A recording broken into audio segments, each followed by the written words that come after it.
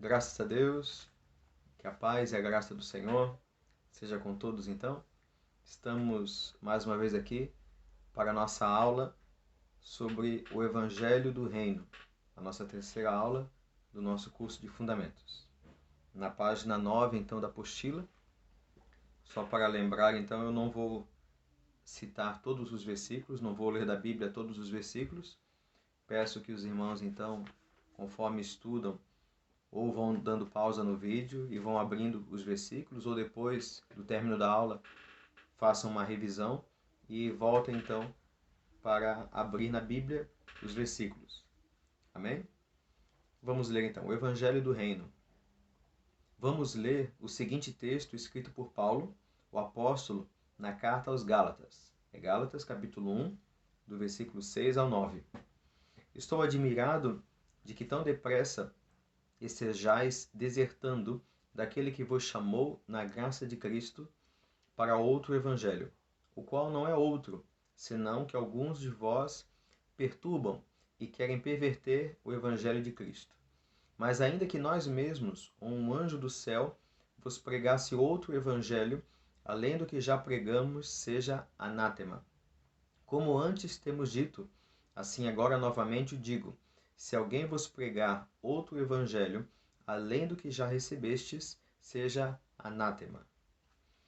Afinal de contas, existe outro evangelho? Amados, aqui na carta aos Gálatas, o apóstolo Paulo, então, ele adverte aos cristãos, aos seus filhos na fé, dizendo: olha, eu estou admirado. É claro que esse admirado aqui é um admirado no mau sentido, né? Estou desesperado, estou entristecido, estou admirado de que tão depressa vocês já se desviaram da fé, já se desviaram da graça de Cristo. Por que ele está falando isso? Porque eles estavam partindo para outro evangelho. Este outro aqui, no grego, a palavra hétero, significa outro diferente.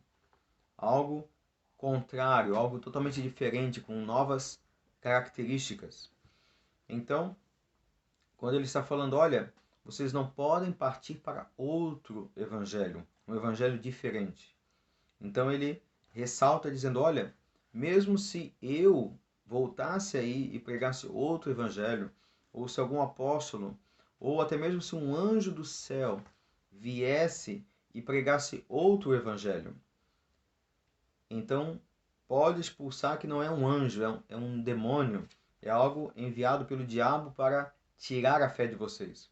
A Bíblia diz lá na carta de Timóteo que o Espírito Santo expressamente diz que nos últimos dias os homens se desviariam da fé, dando ouvidos a espíritos enganadores.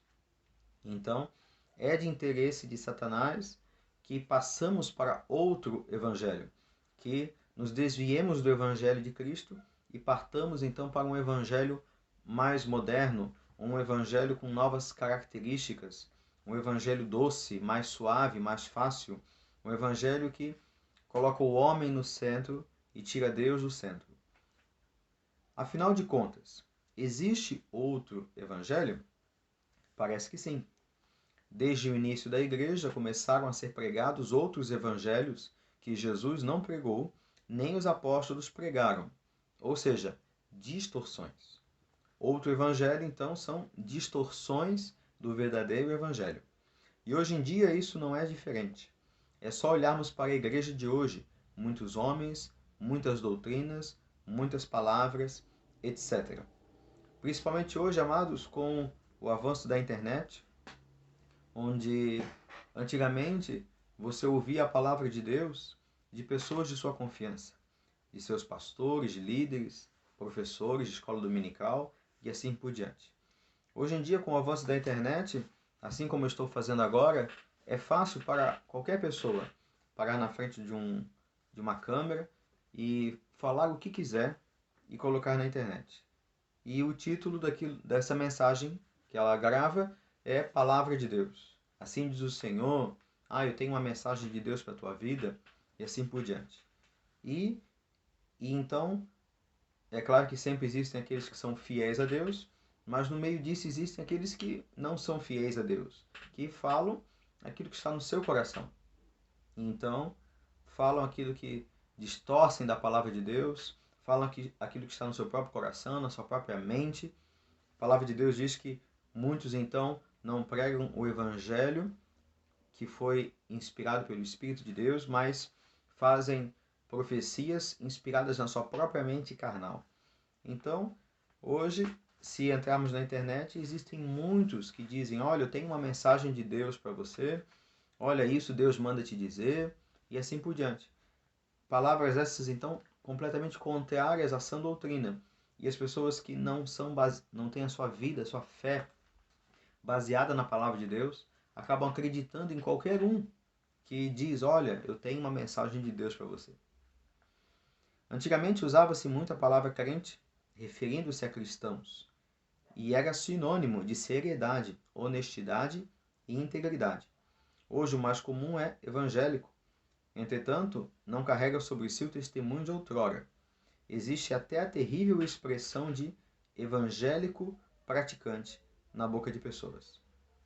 Em Mateus 28, 18 a 20, depois que Jesus fez a sua obra, vivendo, morrendo e ressuscitando, ele parece que conclui tudo isso no final do Evangelho, dando a grande comissão aos discípulos. O livro de Atos dos Apóstolos nos mostra o cumprimento da ordem dada por Jesus. As cartas escritas no Novo Testamento são lembranças e exortações para esclarecer o ensino de Jesus às igrejas. O livro de Apocalipse nos mostra a consumação do século. Mas o que Jesus pregou? O que os apóstolos pregaram? O que é um discípulo para Jesus? Qual a mensagem que produz discípulos? Antes de responder essas perguntas, é importante dizer que a palavra discípulo é a mesma coisa que santo, crente, cristão, convertido, entre outras. Entretanto, a palavra crente, por exemplo, aparece 16 vezes no Novo Testamento, enquanto que a palavra discípulo aparece 260 vezes. Então, nós temos aqui algumas palavras que podemos chamar de títulos, onde vemos a palavra discípulo, santo, crente, cristão, convertido, poderíamos incluir o salvo e assim por diante. E existem então pessoas que erroneamente acreditam que isso aqui são fases da vida, ou são tipos de pessoas mais consagradas, ou que têm ministério, e assim por diante. Então a pessoa acredita, por exemplo, que ela se converteu. Ah, eu já sou convertido, mas eu ainda não sou bem crente. Ou eu já sou crente, mas estou ainda me convertendo. Ou já sou um cristão, mas eu não sou santo. Então, ou sou crente e quero um dia ser verdadeiramente um discípulo.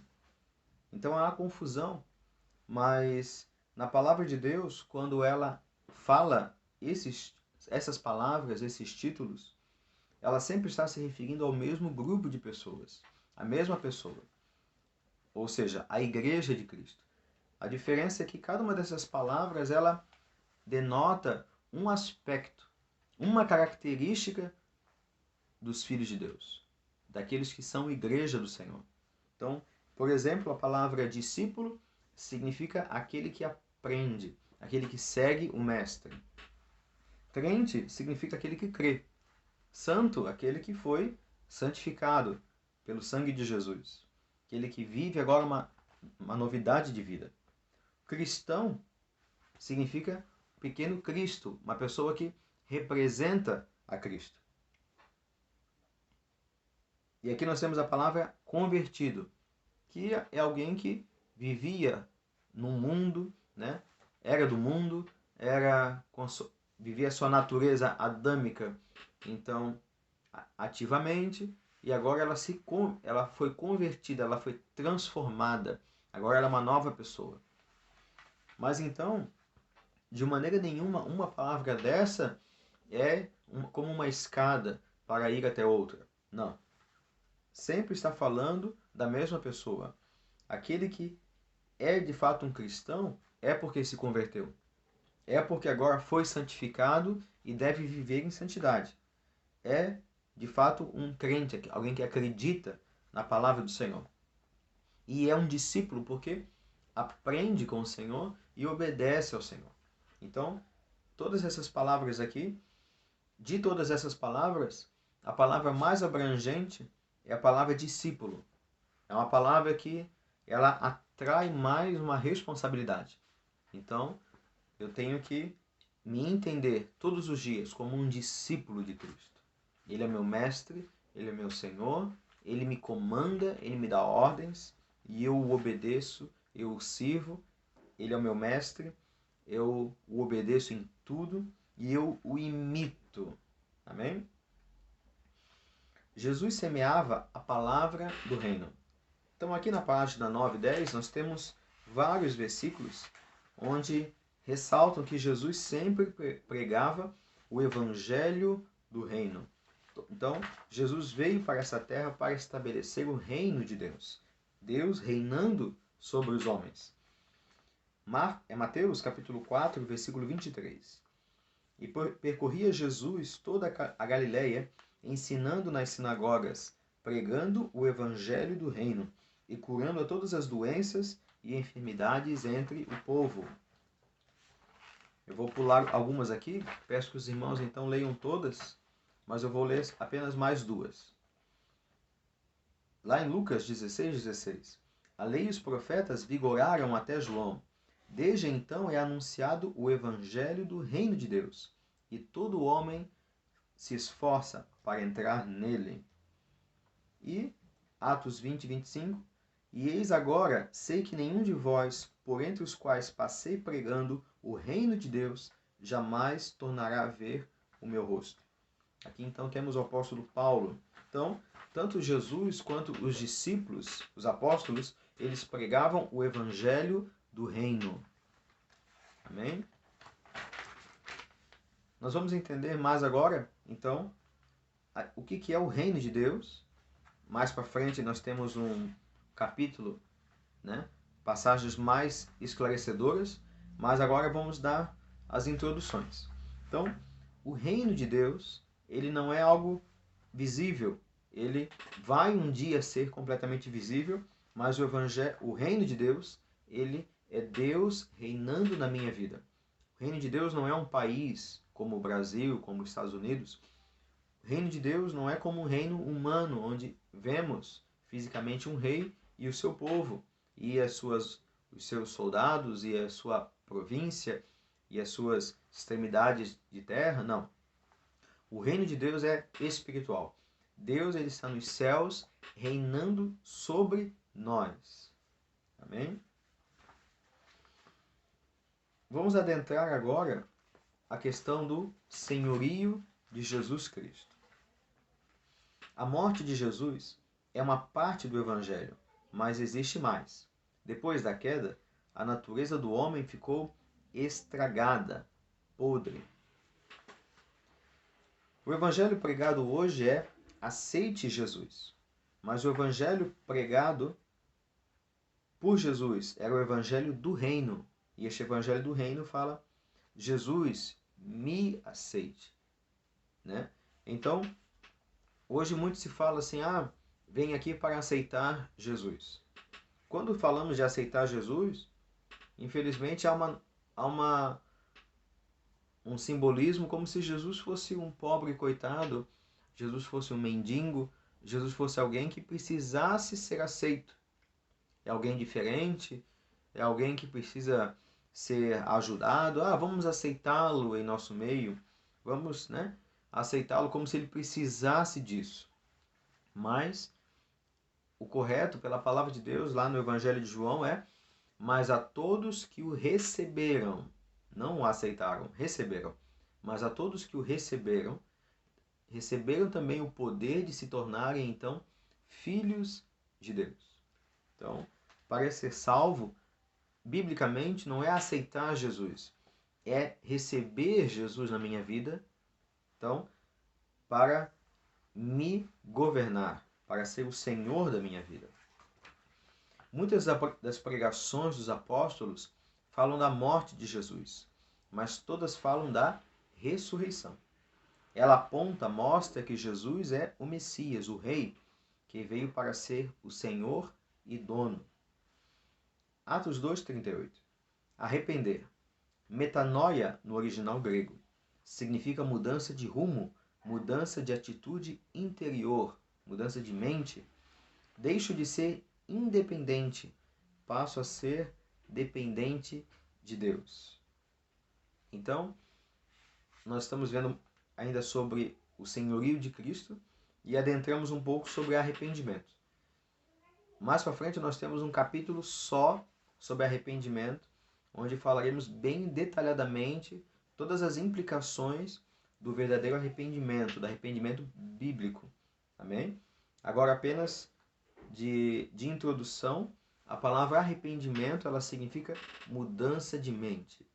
Não apenas eu modificar a minha mente, mas é outra mente. Eu recebo outra mente. A Bíblia diz, agora vocês têm a mente de Cristo. Então, arrependimento, a base de introdução, é eu renunciar à minha mente, os meus pensamentos, os meus conceitos, os meus preconceitos, e assimilar a mente de Cristo. Assimilar, então, o entendimento de Cristo. Como Cristo entende, como Cristo vê todas as coisas. Mensagem de Jesus para os apóstolos. Segue-me. Arrepender não é abandonar alguns pecados. É morrer para a minha vontade, para fazer, e não para falar, a vontade do Pai. O Evangelho do Reino não foi estabelecido para salvar o homem, mas para agradar a Deus e colocar Jesus como Rei. Então, mais um pouco, arrependimento não é apenas abandonar alguns pecados. Abandonar os pecados está dentro do arrependimento. Mas o arrependimento, então, com mais base, é morrer para a minha vontade. Então, tudo aquilo que é a minha vontade, que está contrário à vontade de Deus, eu devo então morrer para mim mesmo. Isso fala de renúncia. Isso fala de eu receber o confronto da palavra de Deus, aonde eu estou errado, aonde eu devo mudar, aonde eu devo ser transformado. Então, isso vai contrário, nós vamos ver mais para frente também, isso é contrário a muito do que se ensina hoje, de que o Evangelho vem apenas para agregar. Você é um bom cidadão, você é um bom pai de família, você é um jovem querendo conquistar o mundo. Deixe o Evangelho adentrar a sua vida, que ele apenas vai agregar coisas boas. Ele vai, você vai assimilar a palavra de Deus e esta palavra vai te ajudar a ser próspero, vai te ajudar a vencer nessa vida, vai te ajudar a ser feliz, como se a palavra de Deus fosse apenas uma filosofia, algo que eu agrego na minha vida. Não. A palavra de Deus não é algo que eu tenho que agregar na minha vida. A palavra de Deus tem que ser o meu alimento diário. Ela tem que ser a minha vida. Ela tem que adentrar o meu interior, como ela propriamente diz, que ela é como uma espada de dois gumes. Ela penetra no íntimo, ela separa intenções e pensamentos do coração. Ela dói no meu interior porque ela me confronta, porque ela vai contra a minha natureza adâmica, contra o meu homem natural, e ela estabelece na minha vida o reino de Deus. Ela coloca a minha carne para ser mortificada, ela coloca a minha vontade, o meu ego, para estar subjugado pela palavra de Deus, estar subjugado pela vontade de Deus. A diferença é que esta palavra, ela vem ao meu interior e eu tenho que corresponder à palavra de Deus, corresponder ao trabalho do Espírito Santo de Deus para me submeter a Deus. Ele não me força, ele não me obriga. Jesus ele não pega pela sua palavra um cabresto, ele não me coloca uma corda no nosso pescoço e diz, olha, ou você me obedece, ou eu te mato, ou você me obedece, ou isso, não. Ele me convida, ele me ama. Então, o o servir a Deus, o obedecer a Deus é por amor, sabendo que todo aquele que não o recebe e não o serve por amor vai entrar em juízo. Então, tem pessoas que também entendem errado, dizendo: eu não gosto de falar de juízo, de julgamento, de condenação, porque eu aprendi que eu tenho que receber Jesus por amor e eu tenho que servir a Deus por amor. E realmente nós temos que servir a Deus por amor, não por medo, não por obrigação. Mas aquele que não serve a Deus por amor, ele está debaixo do juízo de Deus, ele está debaixo da ira de Deus e, portanto, está apto para ser completamente condenado eternamente por não ter servido a Deus por amor. Então, Jesus pagou o preço pela nossa salvação por amor a nós. E agora nós, por amor a Ele, aceitamos essa salvação transforma a nossa vida e nós vivemos agora obedecendo a Sua palavra por gratidão a tudo aquilo que Ele fez e continua fazendo ativamente na nossa vida. Mas aqueles que não querem abrir o coração para Ele, não querem amá-lo, não querem aceitar o amor de Deus, se privam da graça de Deus, como a Bíblia diz, então entram em juízo, entram em condenação. Continuando aqui, fala que Jesus, então, é o Kyrios. Essa palavra Kyrios é no grego, significa Senhor, dono, governante, supremo, máxima autoridade. Então, isso é o significado da palavra Senhor, quando diz que Jesus é o Senhor. Estamos vendo sobre o senhorio de Cristo. Jesus é o Senhor. Esse Senhor não é o mesmo Senhor do nosso português. O Senhor Antônio, o Senhor João, o Senhor e assim por diante. Essa palavra Senhor aqui, porque Jesus é o Senhor, é Kyrios. Jesus é o dono, Jesus é o governante, Jesus é o supremo, ele é a máxima autoridade. Então, como dono, ele nos governa. Como dono, nós pertencemos a ele, somos ovelhas do seu rebanho. Então, ele tem autoridade para nos dar ordens, para nos dar mandamentos. Algo também muito mal interpretado por muitos crentes hoje é acreditar que a palavra de Deus ela tem dicas, né? Eu leio a palavra de Deus, ela me manda fazer isso, mas eu vou fazer diferente, eu vou fazer assim porque eu acredito que dessa outra maneira será melhor. Então, ela interpreta a palavra de Deus como dicas, como algo que se eu fizer vai ser legal, mas se eu não fizer, não tem problema nenhum. Não, não é assim. A palavra de Deus ela não é dicas. Dicas você encontra na internet, num blog, no YouTube. Eu quero dicas de como pintar a casa. Eu quero dicas de maquiagem, eu quero dicas de receita. Então lá você vai encontrar dicas, vai encontrar coisas que podem te acrescentar, mas se você fizer diferente, provavelmente também em muitas situações você vai ter um bom resultado. Então a palavra de Deus ela não tem dicas. A palavra de Deus ela tem mandamentos. Ela tem ordens. Para aquele que quer se submeter a Deus, ele tem que se submeter às regras de Deus, à palavra de Deus. Essa palavra então ela não vem para oprimir, ela não vem para dar peso, ela vem para nos colocar numa vida que glorifica a Deus, numa vida de obediência a Deus, numa vida onde nós somos a cada dia moldados ao caráter de Jesus Cristo. Então, infelizmente, existem pessoas que querem ser discípulos de Cristo, mas não querem viver como Cristo.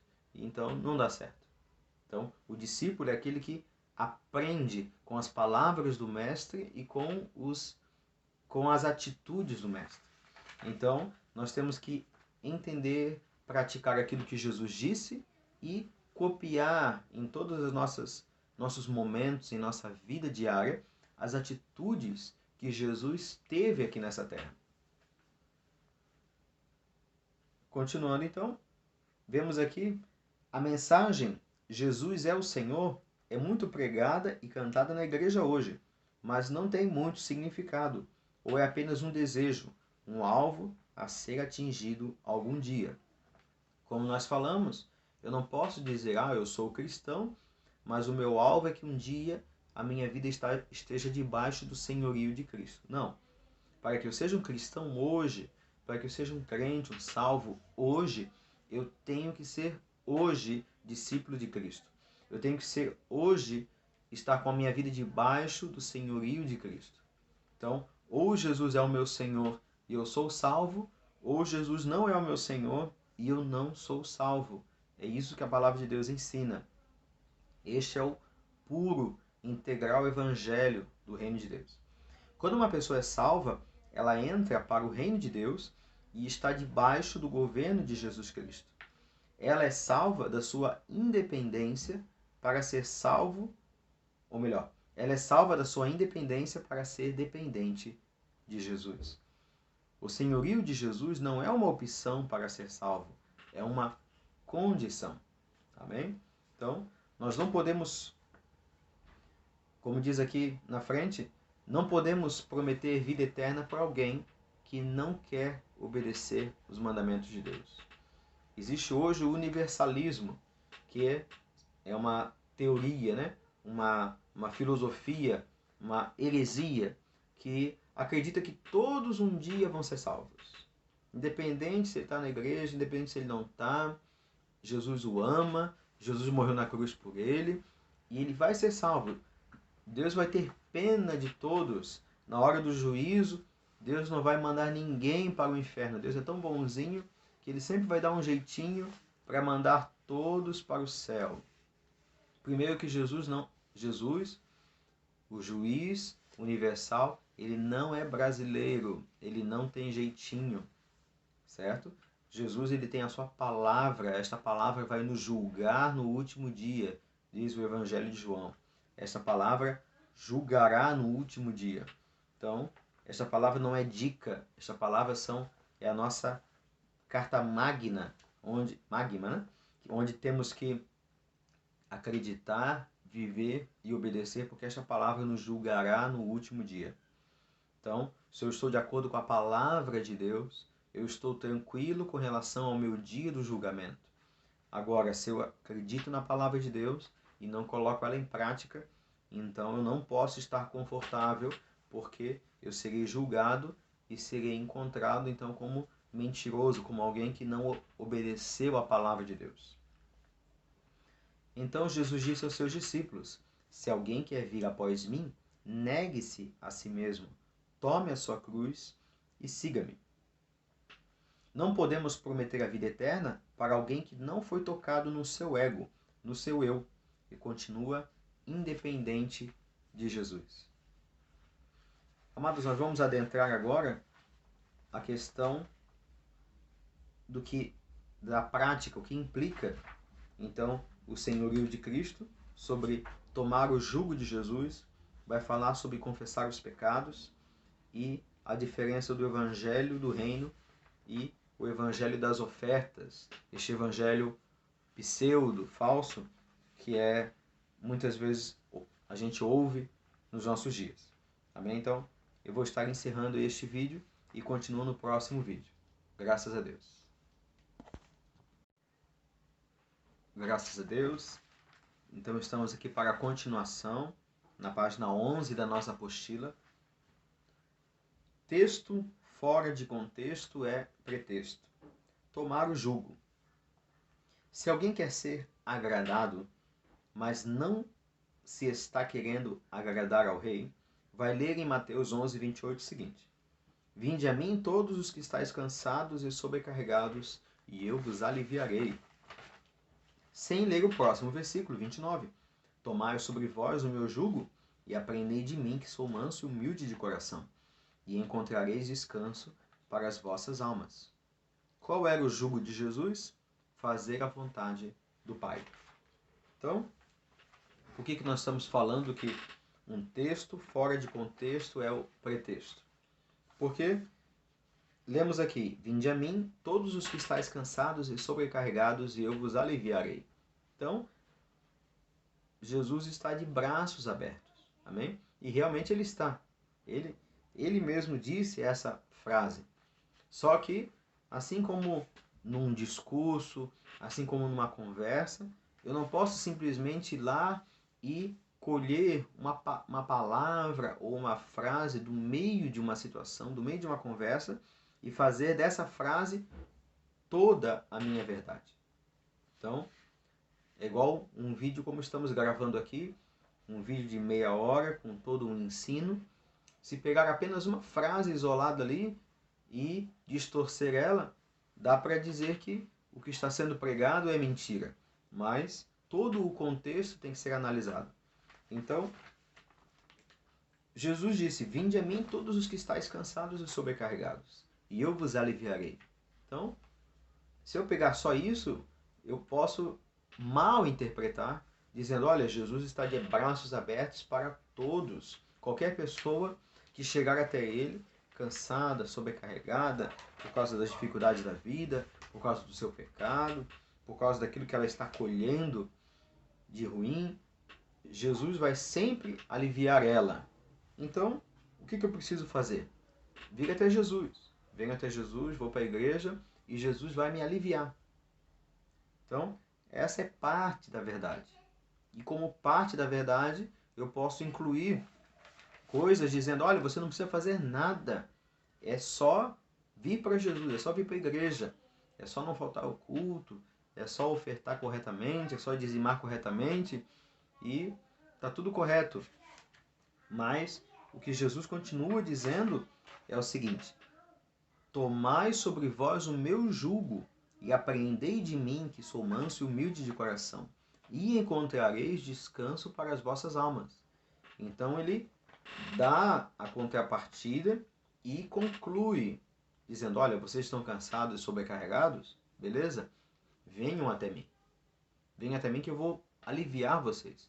Como que eu vou aliviar vocês? Eu vou pegar o fardo, todo esse peso que está sobre vocês, e vocês vão tomar o meu jugo. E vocês vão aprender comigo, porque eu sou manso e humilde de coração. E então você vai encontrar descanso para a tua alma. Então, se eu pegar toda a conversa que Jesus teve, eu já vou ter um entendimento melhor. Eu já não vou poder entender que é apenas chegar até Jesus, que Jesus pega o meu peso. Não. Eu tenho que tomar o jugo de Jesus sobre mim. Então, Jesus tem um jugo e eu tenho um peso, um fardo. Eu preciso de descanso. Eu chego até Jesus e entrego aos seus pés esse peso que está me oprimindo. Só que agora Jesus vai me dar o seu jugo. Este jugo, então, é suave. Mas existe o jugo. O que é o jugo?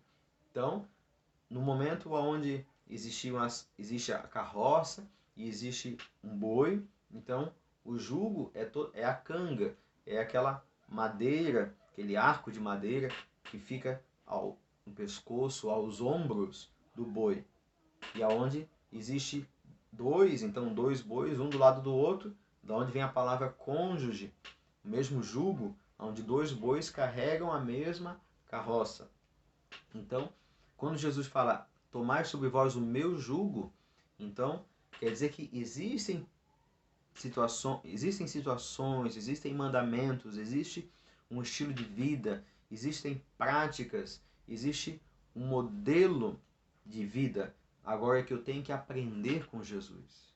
Então, quando eu aprendo com Jesus o que eu tenho que fazer, o que eu não posso fazer, como que eu tenho que falar, como que eu tenho que viver, o que eu tenho que fazer agora com relação às áreas da minha vida: matrimônio, filhos, educação, trabalho, ministério. Tudo aquilo que eu vou fazer agora, eu tenho que fazer aprendendo com Jesus, como Jesus faria no meu lugar. E então eu encontro descanso para a minha alma. Então, encontrar descanso, encontrar alívio, é viver em santidade, é viver em obediência à palavra de Deus. Isso vai me dar descanso e tranquilidade. Porque descanso eu não tenho quando eu vivo de acordo com a minha própria, o meu próprio querer, com a minha própria vida, com aquilo que eu aprendi neste mundo caído, onde este mundo jaz no maligno. Agora, quando eu vivo em obediência a Jesus, quando eu vivo aprendendo com Jesus todos os dias a viver, então eu encontro descanso para a minha vida. Qual era o jugo de Jesus? Fazer a vontade do Pai. Outra implicação que vamos ver é confessar os pecados. 1 João 9. Se confessarmos os nossos pecados, Ele é fiel e justo para nos perdoar os pecados e nos purificar de toda injustiça. Se começar do versículo 7, se andarmos na luz como Ele na luz está, temos comunhão uns com os outros, e o sangue de Jesus Cristo, seu Filho, nos purifica de todo pecado.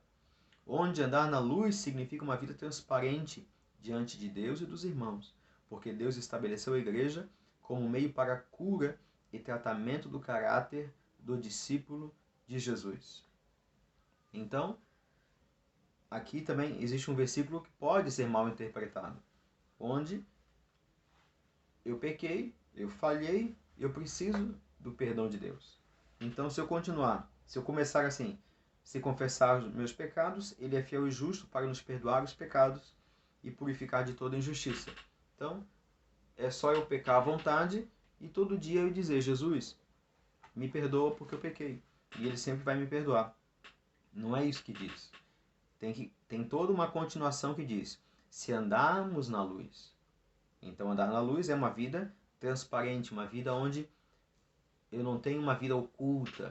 A minha vida tem que ser um livro aberto para Deus e para aqueles que estão perto de mim, na mesma fé. Eles têm que conhecer a minha vida. De fato, eu sou isso que eu estou transpassando, o que as pessoas me veem na igreja, no culto, realmente é o meu eu? Realmente eu sou assim? Ou eu sou alguém na minha casa completamente diferente e quando chega domingo à noite eu boto a minha máscara de crente e vou para a igreja e as pessoas acreditam que eu sou algo que na verdade eu não sou. Então, o contrário disso é uma vida na luz. É onde eu sou a mesma pessoa em casa, no trabalho, em meio a meus colegas de trabalho que não servem a Deus, em meio aos meus irmãos que servem a Deus. Eu tenho que ser a mesma pessoa. Então, quando a minha vida é transparente, é aberta para Deus e para os meus irmãos de fé, então eu estou andando na luz. E então, quando andarmos na luz, temos comunhão uns com os outros e o sangue de Jesus me purifica de todo pecado.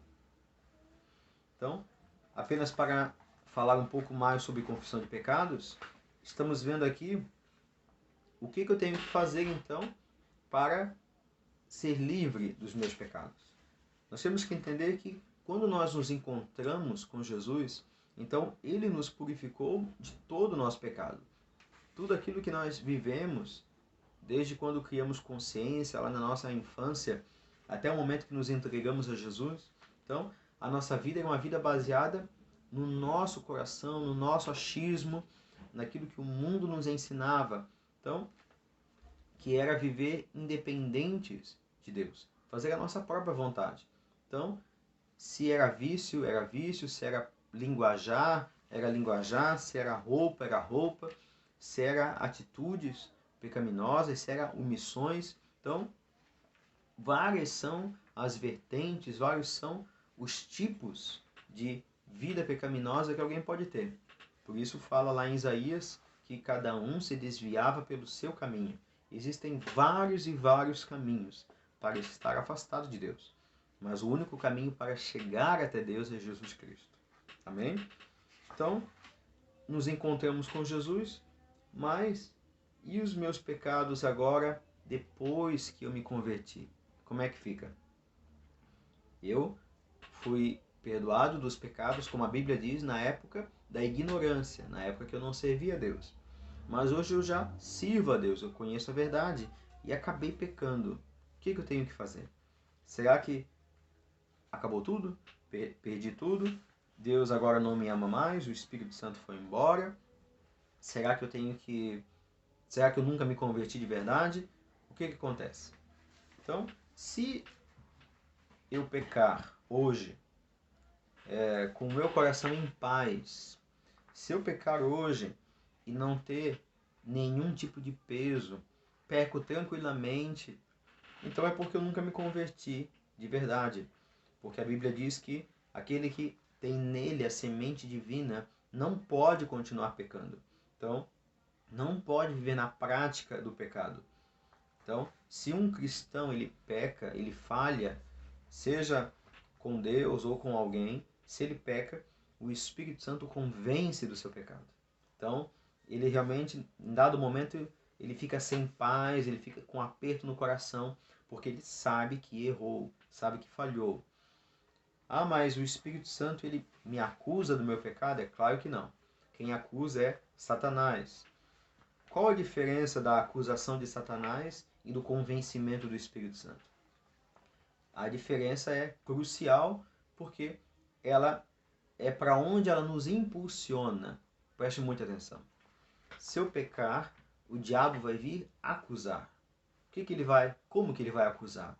Ele vai dizer: tá vendo? Você não é um cristão de verdade. Tá vendo? Você ainda é um escravo. É melhor você largar tudo.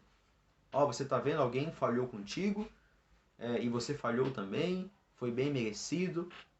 É melhor você largar mesmo esse negócio de servir a Deus e voltar para o mundo. Você nunca vai ser um cristão verdadeiro. Você sempre vai ser uma pessoa que falha. Então, quando aquela palavra vem para dar peso, para oprimir, para me colocar para longe de Deus, então é a acusação. O convencimento do Espírito Santo é completamente diferente. Se eu pecar, então o Espírito Santo ele me convence. Ele vai me dizer: olha, você falhou, não devia ter feito isso. Esse não é o correto. Você me entristeceu, mas vai lá e confessa. Vai lá e se arrepende. Vai lá e conversa com essa pessoa que você falhou. Vai lá, devolve. Se arrepende daquilo que você falou, daquilo que você fez.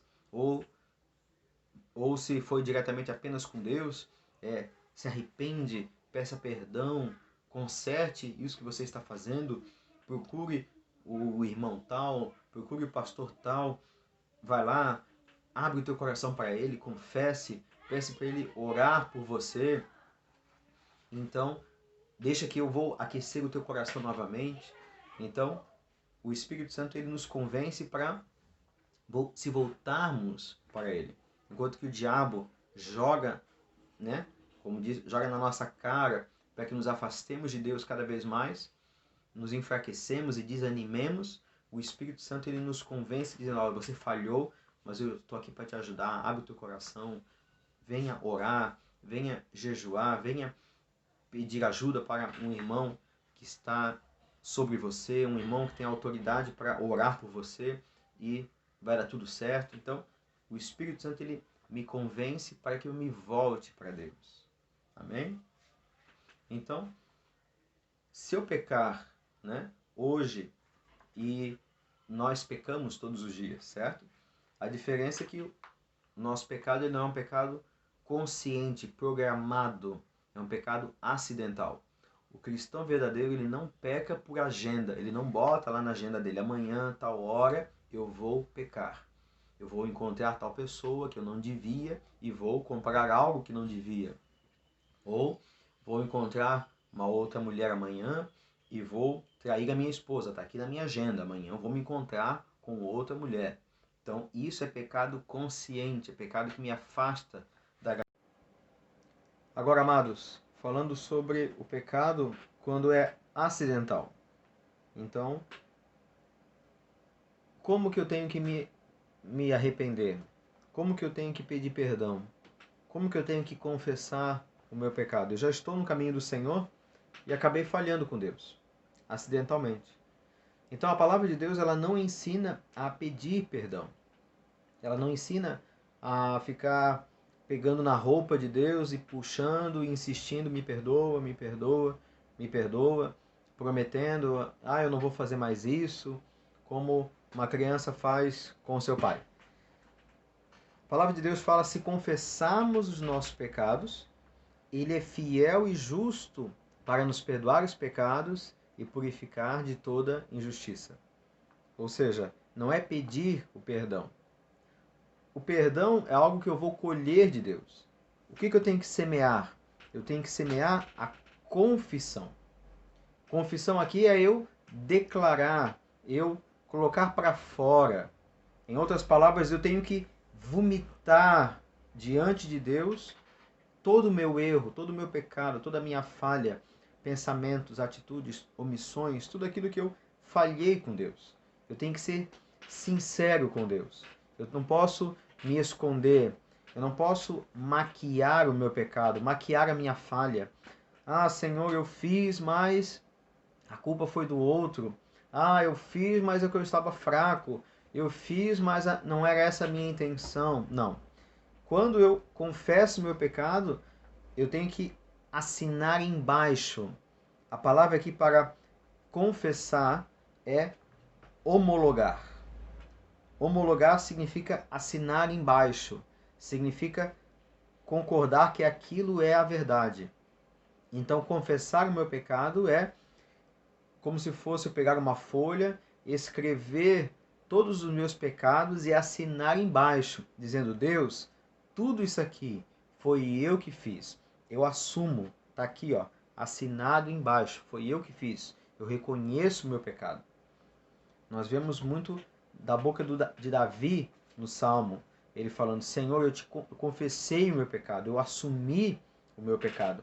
Enquanto eu me calei, eu me senti triste, angustiado, agonizando, mas quando eu confessei para ti, quando eu não escondi o meu pecado, então o Senhor vem e me perdoa, me sara. Amados, então, a primeira coisa que eu devo fazer no momento que eu falhar com Deus, falhar com alguém, é eu confessar, eu assumir o meu erro. Se outra pessoa também errou, ela tem que assumir a parte dela. Resta a mim, basta a mim assumir a minha culpa, correto? Então eu tenho que confessar diante de Deus. Eu tenho que expor aquilo que eu fiz. A palavra de Deus continua dizendo então que Ele é fiel e justo para nos perdoar os pecados e nos purificar de toda injustiça. Então, eu estou vendo aqui fidelidade e justiça como aquilo que move o coração de Deus para perdoar os nossos pecados. Nós não estamos vendo aqui que Deus é bom, que Deus é misericordioso para perdoar os pecados. De fato, Ele é bom e de fato Ele é misericordioso. Mas o que Deus exerce no momento em que Ele me perdoa e me purifica do meu pecado é a sua fidelidade e a sua justiça. Como assim? Porque Jesus ele já pagou o preço pelo nosso pecado. Jesus já morreu no nosso lugar. Então, Deus é fiel para consigo mesmo, Deus é fiel para com Jesus, porque Jesus pagou o preço pelo meu pecado. Então, se eu pequei e eu reconheço diante de Deus, a Bíblia diz que todo o meu pecado foi lançado sobre Jesus na cruz. Se Deus, porventura, não quisesse me perdoar, ele estaria sendo infiel com Jesus na cruz, porque Jesus na cruz assumiu o meu pecado e morreu pelo meu pecado. Então, se Deus não me perdoasse, ele estaria sendo infiel com Jesus na cruz. Então, Jesus falaria para Deus: Deus, eu morri pelo pecado do Wellington, eu morri pelo pecado desse meu filho, por que o Senhor não quer perdoar ele? O Senhor está sendo infiel comigo, eu já paguei pelo pecado dele. Você está entendendo? Então, quando eu confesso meu pecado, Deus é fiel e Ele é justo, porque todo o meu pecado, toda a sujeira do meu pecado foi lançada sobre Jesus. E o sacrifício de Jesus foi totalmente suficiente para me purificar do pecado, para pagar pelo meu pecado. Então ele é fiel e justo para me perdoar e para me purificar de toda a injustiça. Quando eu fui justificado pelo Senhor, então nós estamos livres da injustiça. Conforme nós pecamos, a injustiça ela vai contaminando a nossa vida. Mas conforme nós vamos confessando, vamos reconhecendo a nossa falha, ele dia a dia nos purifica da injustiça. Amém? Você entendeu? Então, nós como filhos de Deus, qual que é esse segredo então? O que eu tenho que fazer para estar sempre limpo diante de Deus? O que eu tenho que fazer para estar sempre purificado? Para mim saber se o meu coração não está abrigando sujeira, está abrigando pecado. Eu tenho que estar sincero com Deus. Todos os dias eu tenho que estar adorando, eu tenho que estar clamando, amando a Deus, buscando a sua palavra, pedindo, assim como Davi orava no Salmo, Senhor, sonda o meu coração e vê se há em mim algum caminho mau. Traz a luz, fala comigo, me mostra naquilo que eu esteja errando, expurga de mim tudo aquilo que me é oculto. Às vezes há algo oculto dentro de nós que nós não estamos percebendo, por isso está oculto. E não é nós, numa meditação profunda, que vamos conseguir arrancar de dentro de nós. É o Senhor que sonda o nosso coração, esquadrinha o nosso interior e expurga de nós, traz à luz tudo aquilo que não o agrada. Se nós olharmos para dentro de nós mesmos e quisermos buscar algo que não agrada a Deus, nós não vamos achar, porque nós vamos sempre dar desculpa para o nosso erro. Por isso nós precisamos da unção do Espírito de Deus. Precisamos, conforme Jesus disse que o Espírito Santo ele nos convenceria do nosso pecado. É Ele que sonda o nosso coração e é Ele que mostra na nossa frente, olha, você está falhando, você está errando. É necessário conserto, é necessário cura, é necessário renunciar isso, é necessário deixar com que certas atitudes entrem na tua vida que ainda não entraram. Então, essa ação é a ação do Espírito Santo. Amém, queridos? Graças a Deus. Nós vamos estar entrando aqui na página 12, Evangelho das Ofertas versus Evangelho do Reino, onde vemos então o Evangelho do Reino, o Evangelho pregado por Jesus, pregado pelos discípulos, e o Evangelho das Ofertas, que é a denominação que a nossa apostila coloca para o Evangelho da prosperidade, esse Evangelho do triunfalismo, esse Evangelho, então, moderno, entre aspas, mas contrário à palavra de Deus, o Evangelho diluído, o Evangelho modificado. Então, no primeiro quadradinho, nós vemos sobre Evangelho das Ofertas. Primeiro tópico, a pregação de todas as promessas e bênçãos de Deus, sem as demandas. O que são demandas? Exigências e condições do reino colocada por Jesus. É o quinto evangelho, segundo os santos evangélicos. Ou seja, somente textos sublinhados. Então, nós temos aqui exemplos da apostila, que eu peço para que os irmãos abram. Um dos exemplos é o próprio Mateus 11, 28, que nós já lemos, onde Jesus promete que todo aquele que chegar até ele vai ser livre do seu peso, da sua carga, vai ser aliviado.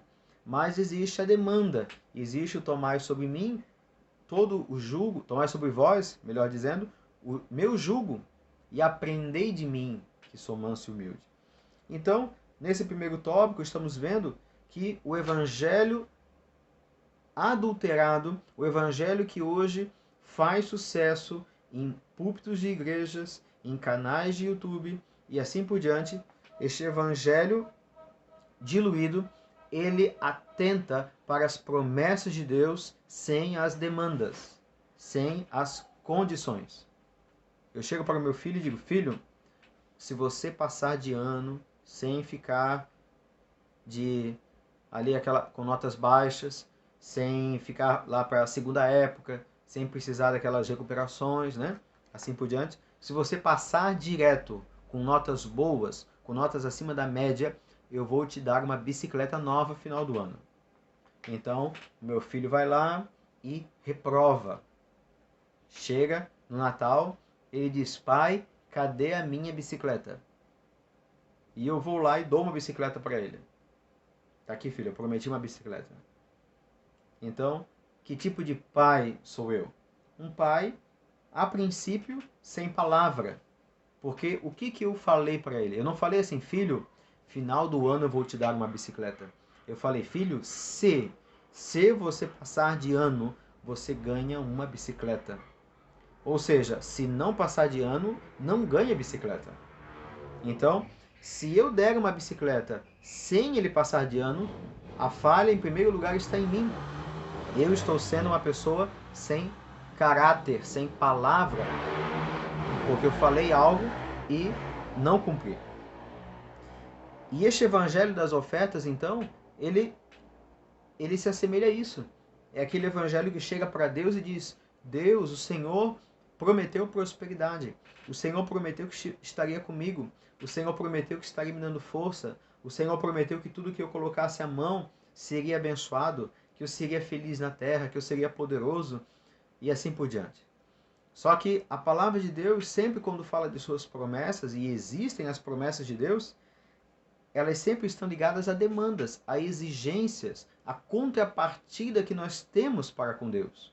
Então, a promessa não é algo que está ali na palavra de Deus, um versículo solto que está ali navegando, como nós vemos em programas de televisão, programas de auditório, onde pegam uma nota de R$ 50, faz um aviãozinho e joga para a plateia, e assim por diante. Como se Deus, então, todo domingo à noite no culto, está lá em cima do púlpito dizendo: quem quer bênção, corre aqui, pegue sua bênção e vá para casa. Deus não é assim. Em nenhum momento Jesus, na Sagrada Escritura, se comportou dessa maneira. As promessas de Deus, elas estão sempre ligadas a mandamentos. Eu cumpro o mandamento da palavra de Deus. Para o obediente daquele mandamento, existe uma promessa referente àquele mandamento. Então, se eu não cumpro o mandamento, se eu desobedeço o mandamento, eu não posso esperar de Deus o cumprimento de uma promessa, porque a promessa sempre está ligada a um mandamento. E o evangelho que nós vemos hoje, muito facilmente, esse evangelho adulterado, é o evangelho onde se fala das promessas, mas não se fala dos mandamentos. Não se fala daquilo que nós temos que dar de contrapartida para Deus. Mas o evangelho do reino, existem promessas, mas também existem condições, exigências. Crer sem obedecer é ter uma fé morta, inoperante. Vinde a mim não tem valor se sem o tomai o meu jugo. Amém? Lá no segunda comparação, lá embaixo nós vemos: o homem e a felicidade do homem é o centro da mensagem. O evangelho das ofertas impõe as condições a Deus para servi-lo. Então, quem sabe você já ouviu falar de alguém que diz: irmãos, vamos fazer uma oração forte e vamos colocar Deus na parede. Então, imagine só, no mínimo, uma ignorância completa da Sagrada Escritura, um orgulho total, essa vaidade, essa presunção sem tamanho de um ser humano criado à imagem de Deus, criado do pó da terra, comparado a Deus, ele é menos que um verme. Jesus olhou para todo Israel no Antigo Testamento e o Senhor falou através do profeta: vermezinho de Jacó. Então, todo o povo de Israel diante de Deus é um vermezinho. Então, como que eu posso me colocar agora colocando Deus na parede, como se eu pegasse Deus pelo colarinho e chacoalhasse Deus numa parede, dizendo: Deus, se o Senhor não me abençoar, eu vou largar o Senhor. Eu vou parar de ir na igreja, eu vou parar de dar o dízimo, eu vou parar de ofertar. O Senhor vai me perder se o Senhor não me abençoar. Então, isso é o que o evangelho adulterado ensina. Mas Jesus, sua vontade, sua autoridade e o seu reino é o centro da mensagem, da verdadeira mensagem.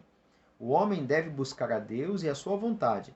A felicidade é um subproduto, ou seja, uma consequência. Então, o homem moderno, ele quer ser feliz, independente de quem vai dar a felicidade para ele.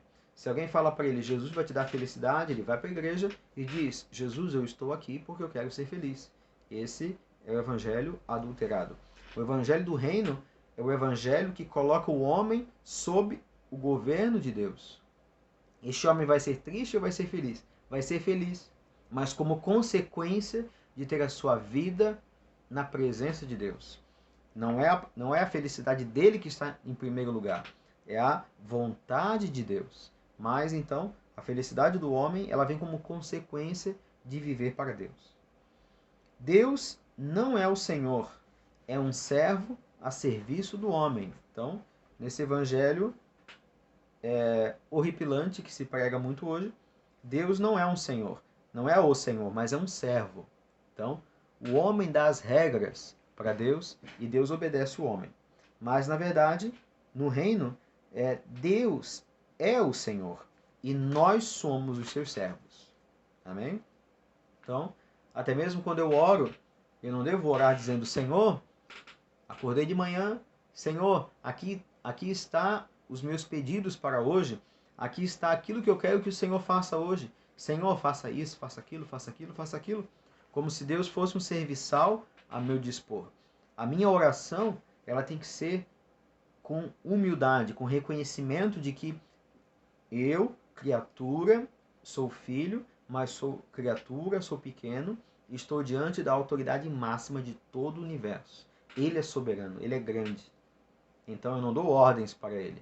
Eu tenho que adorá-lo, eu tenho que clamar a presença dele, eu tenho que clamar a misericórdia dele e automaticamente entregar o meu coração, os meus pedidos, os meus desejos, ser sincero com Deus, mas nunca dando ordens para Deus. Condição para ser salvo. No Evangelho das Ofertas, para ser salvo eu tenho que aceitar a Jesus como meu Salvador. Então, se eu chegar na rua para qualquer embriagado, para qualquer pessoa que esteja sob o efeito de drogas, de álcool, e eu perguntar se ele aceita Jesus como Salvador, ele vai dizer que aceita Jesus como Salvador. Agora, a condição para ser salvo no Evangelho do Reino é submeter-se ao senhorio de Jesus Cristo.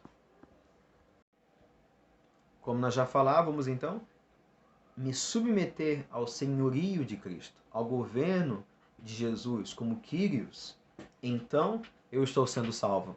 Não é crer que ele é o Salvador, e sim render a minha vida ao seu senhorio. Agora ele é o dono da minha vida. Quando ele é o dono da minha vida, então eu sou salvo.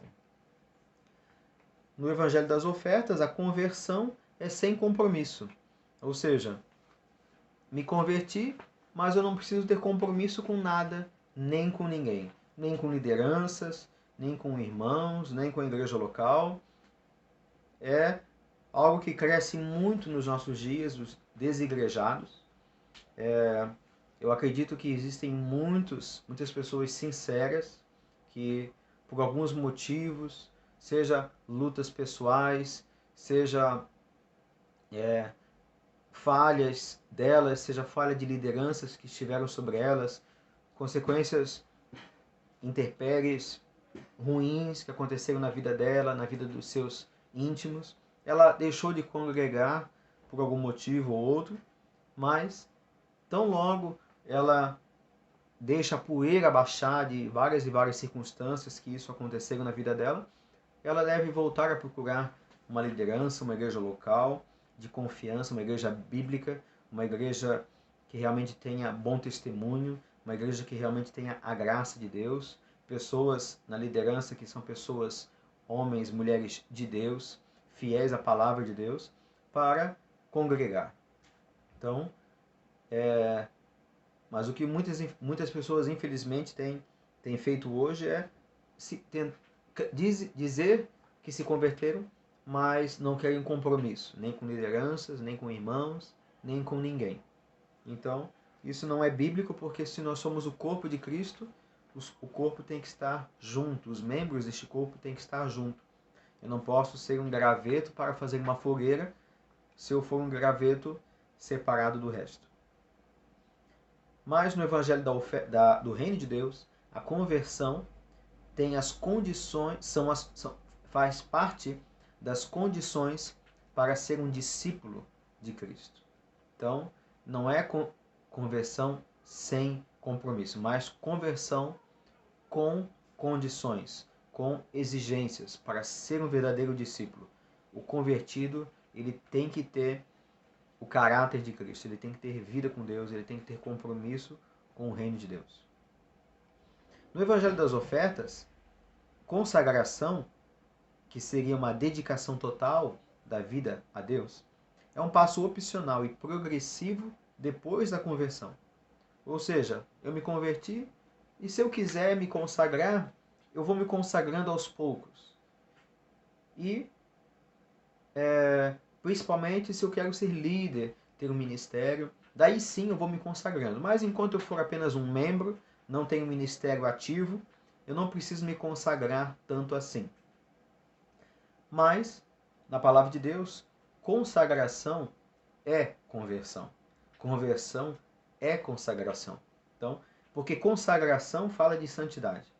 Se alguém de fato se converteu, arde no coração dela ser santo todos os dias.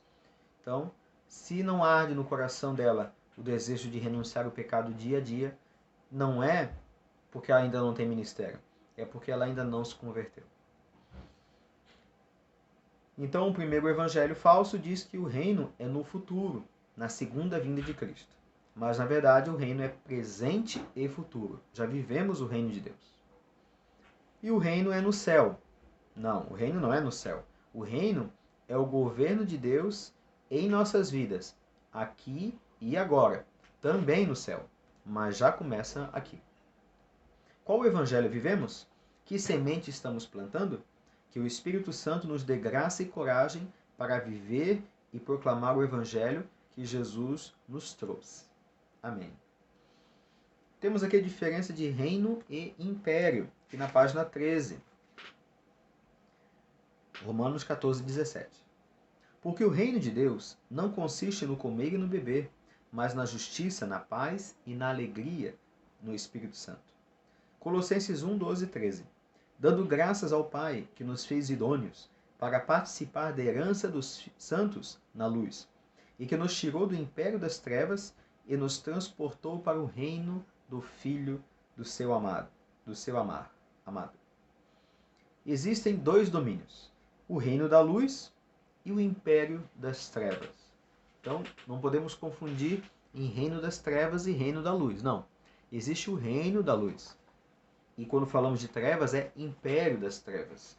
No reino da luz, o rei é Jesus. E no império das trevas, o imperador é Satanás. Uma das principais diferenças entre reino e império é que o primeiro é caracterizado pela liberdade e submissão voluntária daqueles que querem servir o rei. Então, nós servimos a Deus por amor, sabendo que Ele é Deus que nos criou, que pagou o preço para que fôssemos salvos, então nos submetemos ao seu reino. Já o império tem por natureza de domínio a imposição ditadora, descrita e apoiada pela tirania, cujo modelo de autoridade é estabelecido pela opressão e autoritarismo, ou seja, escravidão. Então, no reino de Deus, Jesus é o rei, nós somos os seus servos, somos o seu reino. Então nós nos submetemos voluntariamente ao seu amor. O que nos constrange a ele é o amor e não uma obrigação forçada.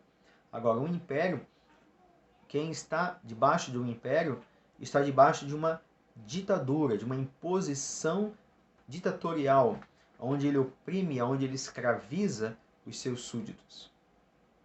O que é um reino? É um estado ou país governado por um rei. Em um reino existem pelo menos duas classes de pessoas. O rei, que governa o reino, e de quem é o reino. E os súditos, que vivem no reino, obedecem e se sujeitam à autoridade do rei. Sempre existem essas duas classes de pessoas, pois não pode haver reino sem rei, nem rei sem súditos. Todas as pessoas estão debaixo de um desses dois domínios, ou no império das trevas, ou no reino da luz. Não existe meio termo. Toda pessoa, desde quando nasce, está debaixo de qual domínio? No império das trevas. Por quê? Por causa da independência decretada por Adão. Por causa disso, a natureza humana, desde Adão até hoje, está em pecado. O pecado, que é a independência do homem, faz com que ele não se submeta ao governo de Deus e viva segundo a sua própria vontade. O que Deus fez então? Efésios 2, de 1 a 9. E vos vivificou, estando vós mortos em ofensas e pecados, em que noutro tempo andastes, segundo o curso deste mundo, segundo o príncipe das potestades do ar, do espírito que agora opera nos filhos da desobediência, entre as quais todos nós também antes andávamos, nos desejos da nossa carne, fazendo a vontade da carne e dos pensamentos. E éramos por natureza filhos da ira, como os outros também. Mas Deus, que é riquíssimo em misericórdia, pelo seu muito amor com que nos amou, estando nós ainda mortos em nossas ofensas, nos vivificou juntamente com Cristo. Pela graça sois salvos. E nos ressuscitou juntamente com Ele, e nos fez assentar nos lugares celestiais em Cristo Jesus, para mostrar nos séculos vindouros as abundantes riquezas da sua graça, pela sua benignidade para conosco em Cristo Jesus. Porque pela graça sois salvos por meio da fé. E isso não vem de vós, é dom de Deus. Não vem das obras, para que ninguém se glorie. Então, o que nós estamos lendo aqui? Estando nós mortos nos nossos delitos e pecados, Ele nos deu vida juntamente com Cristo. Ele nos ressuscitou juntamente com Cristo. Ele nos libertou do império das trevas e nos transportou para o reino da luz, segundo a operação da suprema grandeza do seu poder, o mesmo poder que ressuscitou Jesus Cristo dentre os mortos. Então, vendo aqui o que fala na carta aos Efésios, estávamos mortos. Como estávamos mortos? Fisicamente? Não, espiritualmente. Mortos por causa das nossas ofensas e pecados. Nós ouvimos alguns líderes falando que Deus não se ofende. Como que Deus não se ofende se a palavra de Deus diz que os nossos pecados são ofensas? Ofensas contra quem? Contra Deus. Em que no outro tempo andastes também no curso deste mundo, segundo a potestade do ar. Então, este mundo jaz no maligno. Então, o diabo é aquele que controla o curso deste mundo. Que tipo assim? Que tipo que ele controla? Não é Deus que está no controle? Deus não está no controle absoluto de todas as coisas. Deus, ele permite com que as coisas aconteçam, mas nem tudo que acontece é a vontade de Deus. Então, a Bíblia diz que os céus são do Senhor e a terra ele deu aos filhos dos homens. Então, no momento que ele dá a terra aos filhos dos homens, e o homem permite que o pecado entre na terra, então a morte também entrou na terra. E as coisas então acontecem debaixo de uma permissão de Deus. Mas não quer dizer que Deus é aquele que escolhe tudo aquilo que acontece de ruim todos os dias, é claro que não. A palavra continua dizendo que aqueles que não obedecem a Deus são filhos da desobediência, desobedecem a Deus. Onde todos antes nós também éramos. Andávamos no desejo da nossa carne e dos pensamentos, e éramos filhos da ira. Quando a palavra de Deus fala que filhos, quando fala filhos da desobediência, filhos da ira, é uma expressão judaica para dizer que éramos cheios daquilo. Então, estávamos debaixo da ira de Deus, então a palavra fala filhos da ira. Aqueles que são desobedientes são chamados filhos da desobediência. Os discípulos de Jesus falavam meio alto, eram meio agitados, quem sabe até meio grossos assim. Então pareciam trovões quando falavam, quando discutiam. Então eram chamados de filhos do trovão. Então, quando fala disso, filhos, quando fala filhos da luz, é porque nós somos cheios daquilo, portanto somos filhos. Mas a palavra vai dizer então que Deus, riquíssimo em misericórdia, estando nós ainda mortos, nos ofereceu a sua graça e nos vivificou juntamente com Cristo. Amém? Então, fomos tirados do império de Satanás, da potestade das trevas, e fomos transportados para o reino de Deus, o reino do Filho do seu amor. Graças a Deus. Jesus é quem opera em nós a mudança de domínio. Só Ele é capaz de fazer essa obra. Ninguém pode se converter sozinho. Ninguém se autoconverte. É Ele que nos converte. Não conseguimos por um sacrifício, nem por boas obras, mas pela graça mediante a fé. Então, não é eu que posso fazer algo de bom para merecer ou para me purificar, para ser uma pessoa melhor. Tudo isso é obra de Deus. Eu tenho que abrir o coração, buscá-lo, mas a obra é Ele que faz dentro de mim. O que é a conversão, então? A conversão é a mudança de governo, é uma mudança de domínio. Tem pessoas que acreditam que conversão é mudar de igreja, principalmente mudar da igreja católica para uma igreja evangélica. Não. Conversão não é mudar de igreja. Conversão é mudança de governo, é uma mudança de domínio. Eu fui tirado do império das trevas e fui trazido para o reino de Deus. O reino de Deus não inicia no céu após a morte. O reino de Deus começa quando nós cremos em Jesus e começamos a obedecê-lo. Então a obediência é fundamental no reino de Deus. Então, estaremos vendo as características de cada domínio. Qual a lei do império das trevas? Efésios 2:3, entre os quais todos nós também antes andávamos nos desejos da nossa carne, fazendo a vontade da carne e dos pensamentos. E éramos por natureza filhos da ira, como também os demais. Então, é viva como quiser. Essa é a lei do império das trevas. Cada um faz o que quer. Eu não preciso receber instrução de ninguém. Eu não preciso aprender com ninguém. Eu não preciso dar satisfação. Eu vivo como eu quero. Como eu quero. Eu não tenho que dar satisfação para ninguém. Ninguém manda no meu nariz. Eu sou dono da minha vida. Faço o que me der na telha. Então, essas são as regras. Essa é a constituição do império das trevas. É cada um viver como quer. Se eu vivo como eu quero, eu vivo conforme o diabo quer. Mesmo na igreja, muitas pessoas, depois de convertidas, acham que são donas de suas vidas e continuam teimando em viver como pensam e acham. Então, infelizmente, questionável a conversão de alguém que se diz cristão, mas apenas faz aquilo que ela quer. Mateus 7:21, nem todo o que me diz Senhor, Senhor, entrará no reino dos céus. Qual a lei do reino da luz? Viva como Jesus quer. Submissão a Jesus, obedecer sempre e não apenas quando for conveniente. Ou eu obedeço e ele é o meu Senhor, ou eu não obedeço e ele não é o meu Senhor. Amém? Então, essa palavra de Deus, ela é clara, ela é forte, ela é integral. Cada versículo, cada frase que vemos aqui são frases fortes, frases que nos confrontam, que realmente chacoalham com o interior de alguém que não quer viver em compromisso com Deus.